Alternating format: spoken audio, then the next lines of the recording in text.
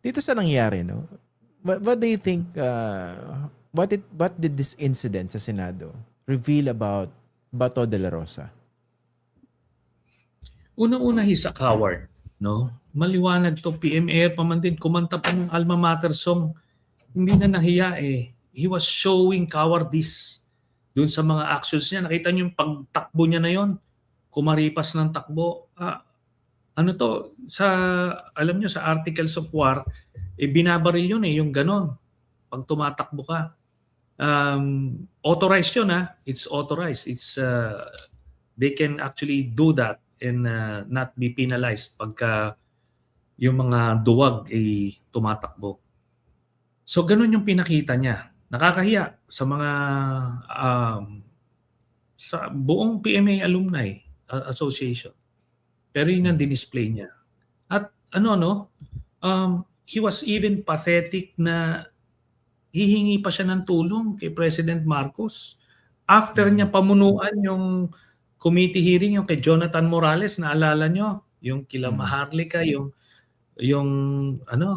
mga drugs, ganyan. Tapos ngayon, ganito siya. And after niya tanggalin yung kaalyado na Senate President ni President Marcos, kumaga, wala na eh. Parang wala nang hiyaan eh. Wala nang kahiyaan. Sobrang survival instincts nitong mamang ito. Alam ko kung bakit. Bakit? Hindi, ano na lang yan. Inside the joke na lang yan sa mga... Okay. Hindi, ito kasi ganito. No? Inisip ko, kahit paano dapat mayroong konting dignidad na iniiwan, lalo isa kang senador, halal na opisyal, PMAer pa, dating Philippine National Police Chief, konting dignidad naman, di ba? Imagine mo, nakatatak sa alaala ng nating lahat. Yung kumakaripas ng takbo, tapos nadapa, tapos sinabi niya na wrestling siya. Tapos pagdating doon sa Senate floor, nagsusumbong. Yan si Trillanes, nandun pa yan sa library. Paalis siya. Yung caricature is not even the word. Nakakahiya. Wala man lang iniwan na dignidad. And nag-gaslight pa. Noong una, pinapakita niya yung kamay niya. Ni-wrestling daw siya. Tapos, sige, ipalabas yung CCTV. Di lumabas yung totoo. Hindi pala siya na-wrestling. Kung hindi, nadapa siya doon at ginawa niyang yung sangkalan yung kamay niya. Kaya siya napilayan. Basta, kumaga, wala ka nang makitang redeeming value. Nakakaya doon sa pamilya niya na ganyan yung dinidisplay niya. Ngayon, nagpapa-victim effect siya, no? Parang feeling niya na he's a victim of injustice. Alam niyo, sinasabi ko na sa kanila yan noon nung nandoon sa Senate.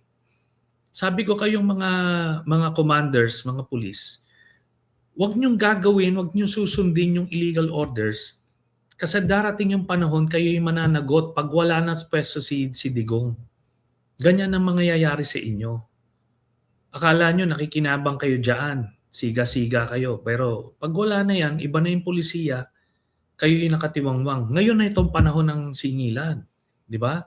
Hindi pwede kasing quits na lang. Akala niya kung minsan parang pa-comedy-comedy siya. Akala niya magkakalimutan. Hindi. Libo-libo yung namatay na Pilipino noon. At siya yung pumirma at siya yung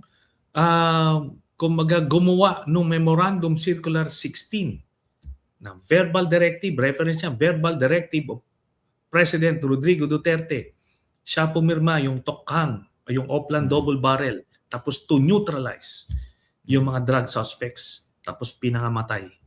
Yun ang ginawa ni Bato. Actually, naalala ko yung warning niya noong panahon ng Duterte administration. Binanggit ko yan kanina sa previous episode eh. Your warning na weather lang yan. Hindi kayo habang buhay nasa kapangyarihan. At ngayon bumabalik, no?